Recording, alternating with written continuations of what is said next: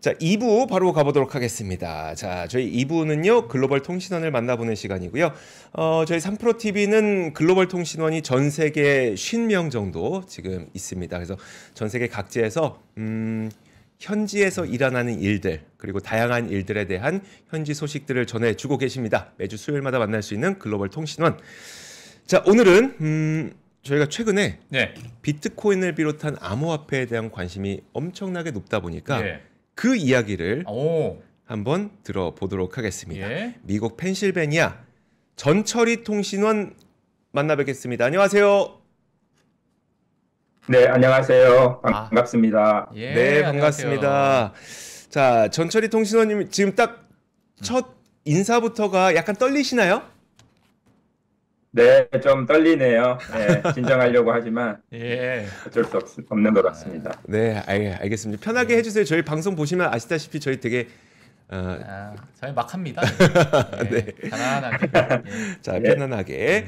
자, 그러면은 일단 우리 전철이 통신원은 지금 미국 어디에 살고 계시고 또 누구신지 좀 자기소개를 좀 부탁드릴게요.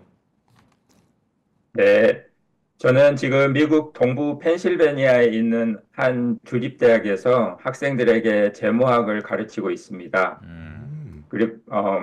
그래서 부동산과 이런 크립토 커런시에 관련해서 관심이 쭉 있어 왔고요.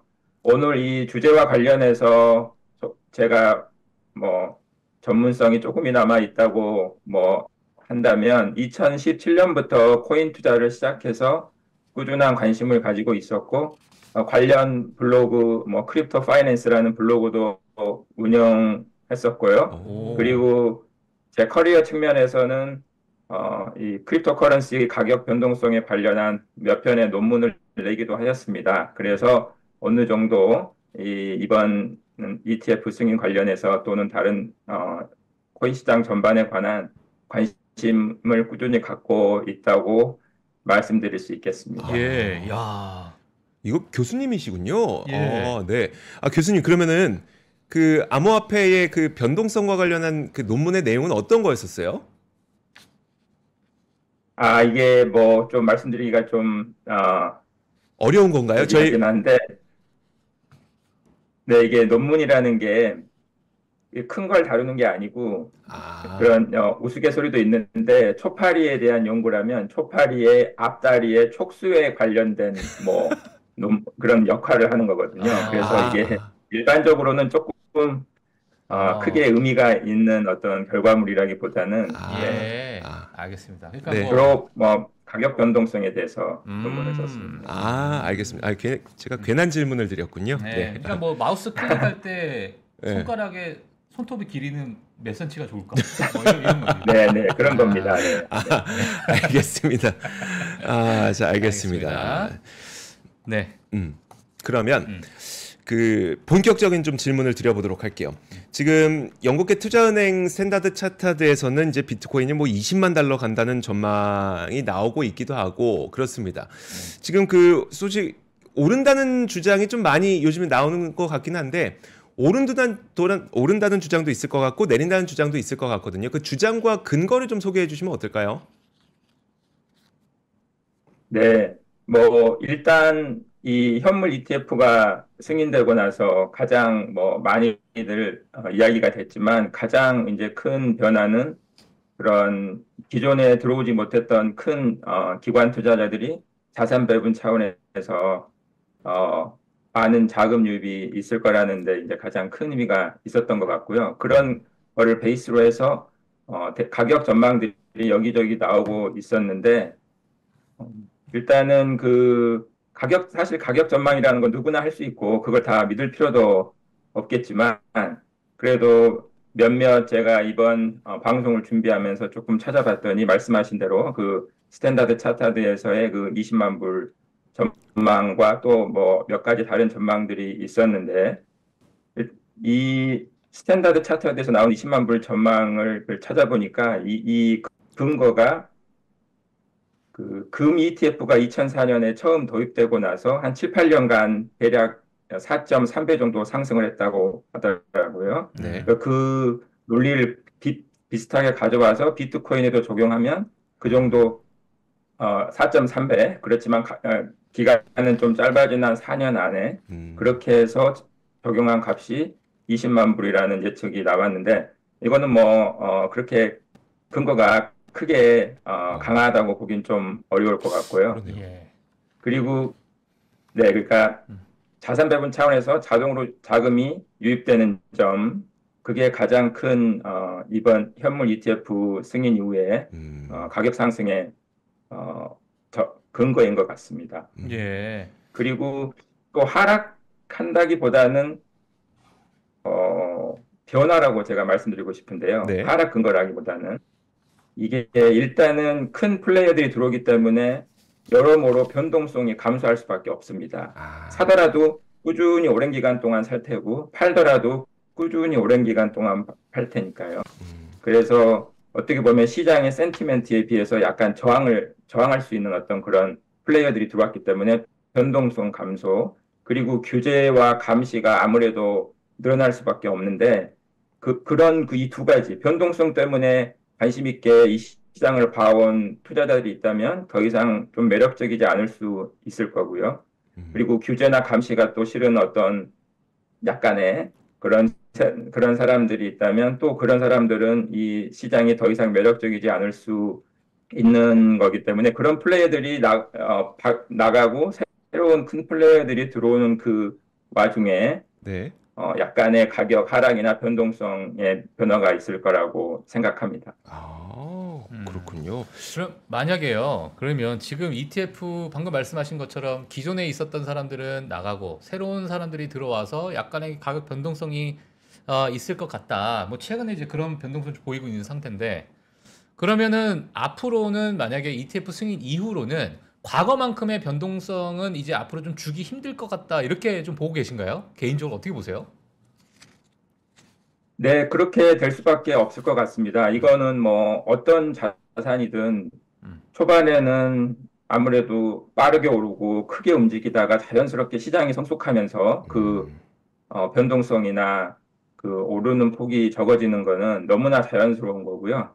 마찬가지로 이 코인 시장에도 그런 변화가 얘기되고 있는데 다만 그러니까 이제 더 이상 매력적이지 않다라고 보는 거는 또 사실 약간 어폐가 있는 게 그전에는 정말 말도 안 되게 뭐 20배, 30배, 뭐 몇십 배씩 올랐던 시장이 이제는 그렇게까지는 오르지 않을 테고 뭐 5배, 6배, 뭐 한 자리 숫자로 등락을 할 거라는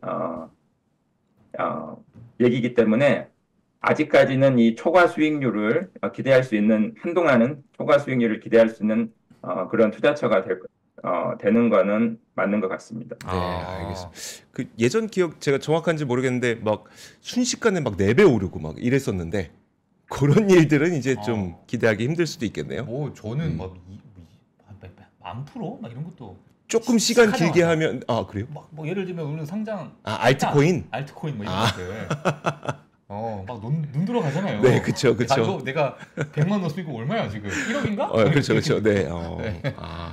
그럼 네, 제가 뭐 잠깐 인터럽트를 하자면 저도 이게 한 7년 정도 투자를 했지만 사실 뭐 그전에 뭐 플러스 양전환도 되고 있지만 올해 겨우 플러스가 됐거든요. 전체적인 제 투자 대비 한 계산을 해보니까 한 10%에서 20% 정도 수익을 지금 얻고 있더라고요. 제 7년간에 걸쳐서 어떻게 보면 성공적이지 못한 투자인데 그 가장 큰 이유가 방금 말씀하신 그런 높은 그 알트들을 팍팍 오르는 거에 좀 눈이 많이 돌아가서 헛짓을 좀 많이 한 게 그렇게 됐던 것 같습니다. 네.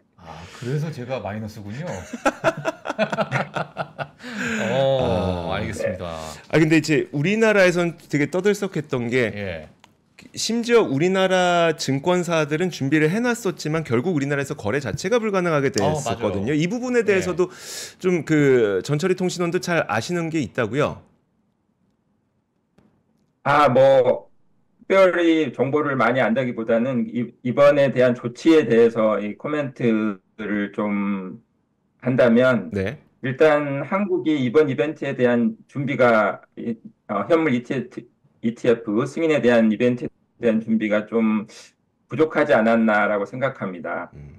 이렇게 금지를 주로 한 건데요. 네. 이게 그 이유가 뭐 국부 유출에 대한 우려나 또는 다른 이유가 있다고 하더라도 이게 시간이 흐르면 결국 그 외국 ETF 거래를 허용할 수밖에 없고 음, 국내도 ETF를 아마 승인할 할 텐데 그런 준비를 미리 시뮬레이션을 통해서 어떻게 대응할지 좀 정한 후에 그 조치를 이번에 하거나 아니면 앞으로 이렇게 하겠다라고 발표 정도는 해야 되지 않나 싶었는데 음, 현재 조치는 일단 시간을 벌어보자는 거 이상의 효용은 없어 보이고 그런 측면에서는 좀 준비가 부족했다는 비판을 피하기 어려워 보입니다.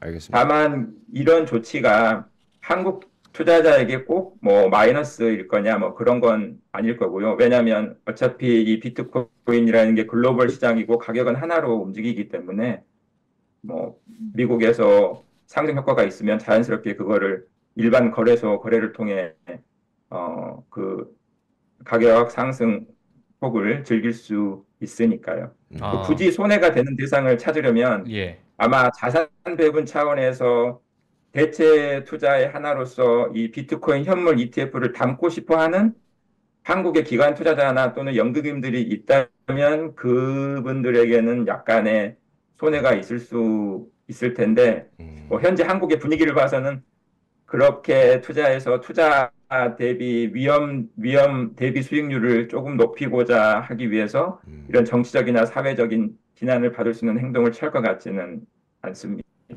알겠습니다.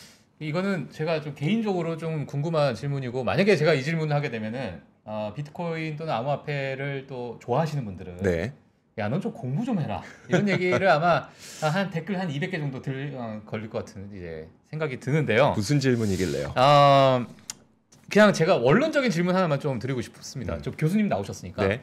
만약에 기업에 투자를 하게 되면 사실 이 기업을 투자할 때 이 기업이 성장을 하고 실적적인 부분을 우리가 보면서 앞으로 향후 10년간, 20년간에 이 기업 자체가 성장하겠다, 발전하겠다, 이 산업이 커지겠다라는 것을 우리가 보면서 투자라는 걸 하게 될 텐데 만약에 이제 비트코인이라는 것을 지금 ETF 승인까지 나왔지만은 우리가 이 비트코인을 투자를 하게 되면서 이 비트코인 자체가 정말 화폐로서의 어떤 역할을 할지 또는 앞으로 시장이 점점 더 커져서 이게 전반적인 산업 전체에 큰 영향을 줄 수 있을지를 교수님께서는 긍정적으로 보시나요? 어떻게 보시나요?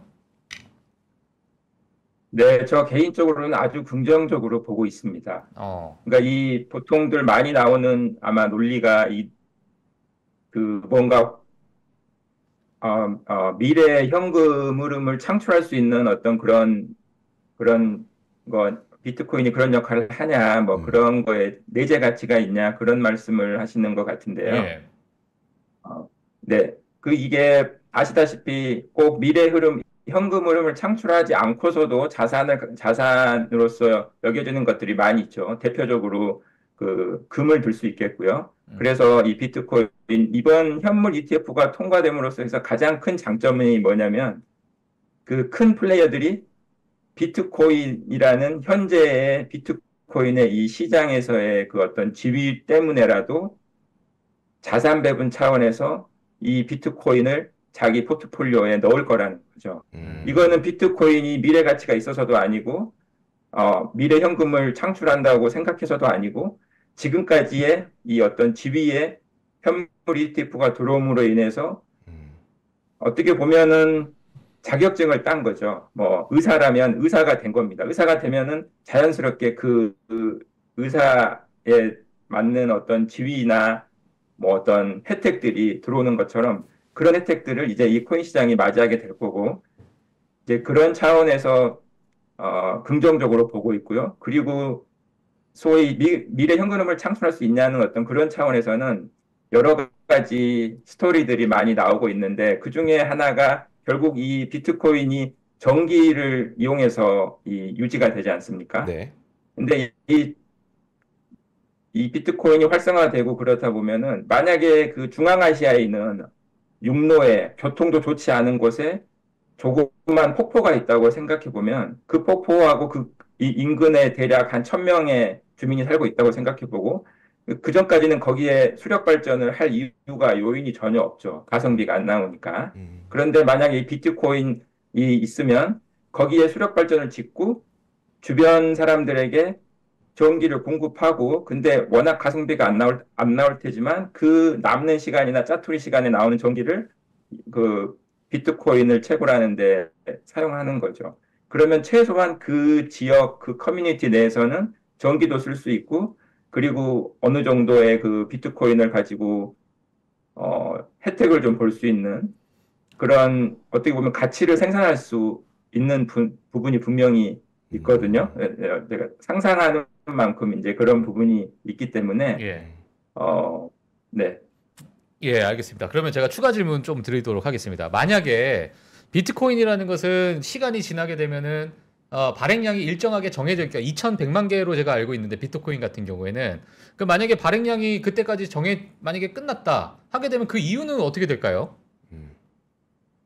네, 저도 이런 기술적인 부분에서 제가 아주 뭐 많은 걸 알고 있지는 않지만 제가 이렇게 좀 찾아본 바에 의하면 이 비트코인을 거래하면서 발생하는 거래 수수료가 있는데 그 거래 수수료를 채굴이 다 되고 나서도 어차피 거래를 한다면 그 거래 수수료가 채굴업자들이 그 거래 수수료를 먹고도 충분히 유지가 될 거라는 예상을 하고 있는 것 같습니다.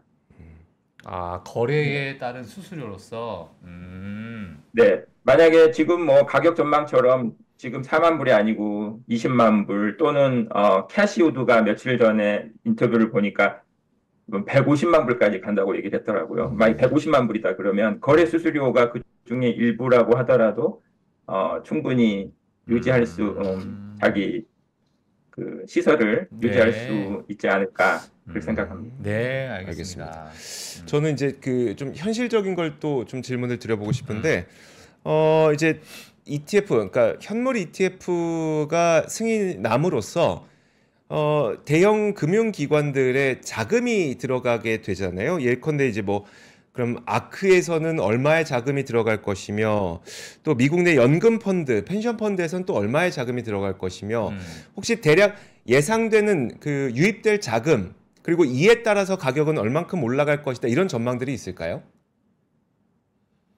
아, 네. 이게 사실 자금이 얼마가 유입될 거냐도 일단은 예측을 해야 되고, 그리고 이 자금이 들어왔을 때 이 자금이 실제 비트코인 시총을 얼마만큼 증폭시킬 수 있을 거냐는 것도 이제 두 가지 부분을 고민해 봐야 될 것 같은데요. 네.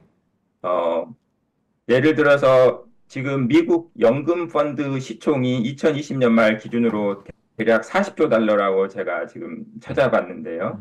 40조 달러인데 앞으로 10년 안에 이 펀드들이 자산 리밸런싱을 통해서 이 비트코인 ETF를 대략 1% 정도 보유한다고 가정하면 앞으로 10년 안에 대략 4천억 달러의 자금이 유입이 됩니다. 네, 그런 식으로 보통 계산들을 하는데요.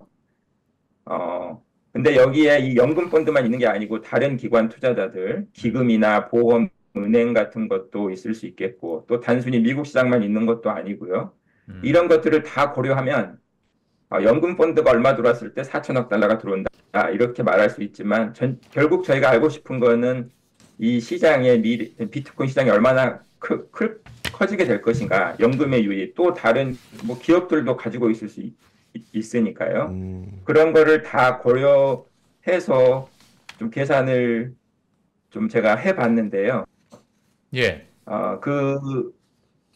그 계산을 좀 하기 전에 말씀드리고 싶은 게 이 캐시우드가 얼마 전에 2030년에 150만 불을 간다고 이게 인터뷰를 했더라고요. 네. 특별한 뭐 근거를 얘기하지는 않았었는데, 예. 그래서 제가 사후적으로 어떻게 하면 저 150만 불이 갈 수 있을까라고 좀 역산을 좀 해봤습니다. 예. 그래서 네, 그러면 혹시 괜찮으시면 그 슬라이드 표가 있을까요? 네. 예. 두 번째 두 표를 번째 좀 표, 두 보면서 번째 표. 얘기하면 좋을 네. 것 같은데요. 네. 음. 일단 150만 불이 되면 비트코인 시총이 2,100만 개를 기준으로 따지면 대략 32조 달러의 시총이 돼야 됩니다. 예. 그러니까 2030년까지 32조 달러. 그런데 이게 32조 달러를 네. 그러면 어떻게 32달러가 어마어마한 숫자인데 지금 비하면 지금 이 표를 보시면 그 표가 맥킨지 보고서에서 나온 건데요. 2020년 기준 전 세계 금융기관이 보유한 금융자산이 510조 달러고 네. 그리고 금융기관이 아닌 개인, 정부, 기업들이 보유한 금융자산이 또 510조 달러 해서 대략 1000조 달러가 조금 넘습니다. 2020년 기준. 네. 여기서는 집이나 건물, 뭐 지적재산권 같은 실질 자산을 뺀 금융자산의 규모만을 얘기하는 겁니다. 실질 자산은 그 세 번째 보시면 520억 달러가 정도 되고요. 예. 그래서 그게 2020년 기준이고요. 여기서 보통 금융자산의 수익률이 뭐 적게는 5%, 많게는 10%도 되는데 평균적으로 한 7% 정도 잡으면 그 대략 10년이면 이 자산이 2배가 되거든요. 네. 그래서 뭐 10년에서 15년 사이에 이 자산이 2배가 될 건데 그러면 2030년이면 전 세계 금융자산의 규모가 약 2천조 달러에 가까워집니다. 그러면 이 2천조 달러에서 비트코인이 시총이 32조 달러가 되려면 대략 이 전체 금융자산, 전 세계인의 금융자산의 1.5% 정도를 사람들이 보유하고 있다면 또는 보유할 거라고 예상된다면 이 32조 달러가 되는 거거든요. 네. 시총이. 그러면 이제 2030년에 150만 불을 갈 거냐? 지금 생각하면 너무 말도 안 되는 것처럼 높은 금액처럼 보이지만 이거를 조금 환원해서 얘기하면 전 세계인이 평균적으로 자기 금융자산, 뭐 부동산 이런 거 빼고요. 금융자산에서 비트코인을 한 1.5%에서 2% 정도를 가질 의향이 있을 것이냐. 그렇게 물어보면은 이 숫자가 꼭 접근 불가능한 또 숫자는 아니게 되거든요. 네. 알겠습니다. 그러니까 지금 기관 또는 만약에 개인 투자자분들의 어떤 포트폴리오에 있어서 내가 뭐 분산 투자하는 데 있어서 어찌 보면 기관으로 보게 되면 약간의 패시브 자금이 될 수는 있겠네요. 네, 내가 포트폴리오 분산하는 과정 또 리밸런싱하는 과정 속에서 네. 비트코인은 하나의 자산으로서 내가 가지고 있는 그러한 이제 돈들이 지금 이 액수를 전체적으로 봤을 때는 나중에 비트코인 가격이 어느 일정한 수준까지는 올라갈 가능성이 좀 크다. 네. 이런 게 유입될 가능성이 크다.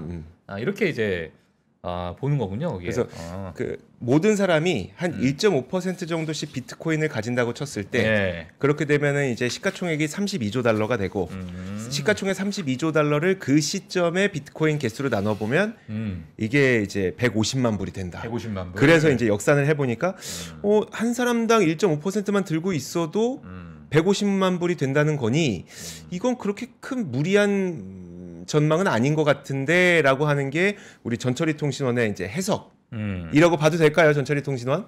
네, 제가 그 캐시우드 누님의 그 논리를 조금 이렇게 찾아본 거라고 생각하시면 될 것 같습니다. 네. 그리고 하나만 더 추가하고 싶은 거는 여기서 내가 이거를 가격이 오르니까 가져야지라고 하는 사람들도 있지만 그게 아니고 대략 절반 정도, 즉 그 금융기관들이 보유하고 있는 금융자산은 이 비트코인이 그 중에 한 금융기관의 절반 정도는 패시브 자금이라고 치면 그 자금들은 오를 거라고 해서 가지고 있는 게 아니죠. 그렇죠. 그냥 이 자산 배분 차원에서 가지고 있어야 되니까 가지고 있는 거기 때문에 이 일정 부분은 돈이 자동으로 유입되는 어떤 이제 기회가 이번 ETF를 통해서 열린 거니까요.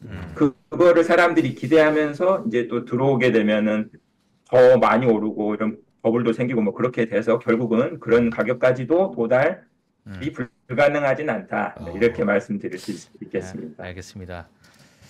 이제 뭐 전반적인 그 ETF에 대한 이야기를 좀 해주셨는데 저희 또 시청자분들께서는 또 세부적인 거 그렇죠. 또 이거 좋아하시잖아요. 디테일이 중요하죠. 디테일이 중요합니다. 제가 이 질문 좀 드리고 싶어요. 비트코인은 이제 한물 갔다. 이제는 이더리움이 세상에 온다. 교수님, 이더리움 어떻게 보십니까? 이더리움 좋게 보고 있습니다. 네. 왜 좋게 보세요? 당연하죠. 이제 대장이 제도권으로 들어왔으니 여기서 딱 끝나고 나머지 알트코인은 계속 주류 시장 바깥에 있을 거라고 생각하는 것보다는 자연스럽게 비트코인 ETF도 나올 테고 음. 조금 더 시간이 흐르면 뭐 크립토 50 또는 크립토 인덱스 ETF도 나오지 않을까요? 뭐 여러 가지 어. 저기 반대 논리가 지금 있지만 이거는 시간이 지나면서 아예 안 됐으면 비트코인이 아예 안 됐으면 모르겠지만 이 된 상태에서야 아주 그 자연스럽게 그런 ETF들이 또 나올 테고 그렇게 되면 그 ETF들도 그 코인의 어떤 프로젝트의 가능성이 좋아서 돈이 들어오는 게 아니고요. 말 그대로 그 자산 배분 차원에서 일정 정도의 돈이 들어오기 때문에 그리고 그 사이즈가 지금 이 크립토 시장의 그 사이즈에 비해서는 굉장히 크기 때문에 음. 뭐 시간이 지나면 자연스럽게 음. 그런 패시브한 자금 흐름의 수혜를 한동안은 볼 거라고 생각합니다. 예. 이게 제가 말씀드리고 싶은 건 이게 언제까지나 계속 좋을 거다라는 게 아니고요. 음. 앞으로 짧게는 10년, 길게는 20년까지는 미성숙 시장이니까 아주 자연스럽게 높은 초과 수익률을 즐길 수 있는 투자처 중에 하나다. 그렇게 생각합니다. 예, 20년이면 죽기 전인데 거의. 아, 이거 죽기 전에는 올라가는구나. 알겠습니다. 자, 혹시 이제 제가 좀 네네. 궁금한 게 네네, 있는데, 말씀하세요. 네. 야, 이거 한 1시간 하면 안 돼요? 혹시 이더리움이요? 혹시 다른 뭐 비트코인과의 어떤 다른 생태계를 갖고 있어서 이런 부분이 좀 부각되는 게 있습니까? 네, 지금 블록체인이 있고 비트코인이 있고 이더리움을 비롯한 알트코인이 있는 건데 이게 다 다릅니다. 블록체인하고 비트코인은 다른 거고요. 그렇죠. 블록체인 기술을 이용했지만 거기에 어떤 이 사회적 현상이 같이 조합되면서 비트코인이라는 현상이 생긴 거고요. 그리고 이더리움을 비롯한 다른 알트코인은 또 비트코인과는 다릅니다. 가장 큰 차이점은 비트코인은 전기를 이용해서 어떤 공급 채굴을 하는 어떤 POW라는 그런 채굴 시스템이고 다른 것들은 전기를 거의 이용하지 않는 다른 식으로 해서 그 커뮤니티를 유지하는 거거든요. 이게 굉장히 좀 시간이 있으면 길게 설명드리고 싶은데 이게 굉장히 큰 차이점입니다. 그래서 근데 그러면 비트코인 오히려 전기 때문에 안 좋은 얘기도 많이 듣지만 전기 때문에 이렇게 레질리언스, 컨시스턴 뭔가 사라지지 않을 가능성이 높거든요. 그런데 이렇게 비트코인이 이 코인 시장의 근간을 받쳐주면은 예를 들어서 디지털 금 같은 역할을 하면은 그거를 바탕으로 여러 가지 다른 현상들이나 어떤 프로젝트들이 생겨나기 마련이거든요. 그 중에 리더가 이더리움 또는 다른 상위 코인들이라고 생각이 듭니다. 이거는 일종의 주식이랑 비슷한 거죠. 대신에 그 약간 정글에서 펼쳐지는 주식 시장 같은 거라고 뭐 생각해도 될 것 같고요. 그리고 이 알트코인의 특징 중에 하나를 좀 또 제가 추가하고 싶은 것 중에 하나가 사실 이게 이 코인 시장이 언제 성숙이 될지 잘 알 수가 없잖아요. 근데 그런 성숙 지표로서 이 알트코인의 숫자가 지금보다는 엄청 많이 줄어들어야 될 거고요. 그리고 상위 시총 한 100위권 내의 알트코인들의 그런 도미넌스가 점차적으로 커지는, 즉 수많은 코인들이 망할 거는 다 망하고 숫자가 줄어들고 상위 알트코인들의 시총의 도미넌스가 점점 커지는 거를 보면은 이게 이제 시장이 점점 성숙되는구나. 뭐 그렇게도 이용할 수 있을 거라고 생각합니다. 네, 알겠습니다. 알겠습니다. 저는 사실 이런 게 궁금한데요. 이제 얼마 전에 블룸버그에서 이런 보도가 나왔어요. 그 비트코인의 거래 절반 가량이 한국이다. 맞아요. 그래서 저는 약간 씁쓸했거든요. 그러니까 이게 우리나라만 이렇게 우리만의 리그야. 네, 그런 건가? 전 세계 비트코인인데 우리나라만 그렇게 열심히 하는 건가라고 생각이 드는데 지금 미국 현지에서 또 제모학도 가르치고 계시고 하니까 미국 현지에서의 이 비트코인에 대한 분위기는 좀 관심이 어떻습니까? 네, 저도 일단 그 뉴스를 이렇게 접했을 때 조금 역시 대단하다 이런 생각을 좀 했었는데요. 일단은 거래량은 또 보유하는 거랑은 다르니까요. 그건 좀 차이가 있는 거고. 그리고 제가 이쪽으로 관심이 있어서 매 학기마다 수업을 통해서 그 학생들한테 뭐 코인이나 어떤 다른 거에 대해서 이렇게 서베이 같은 걸 좀 하고 1년에 한두 번씩은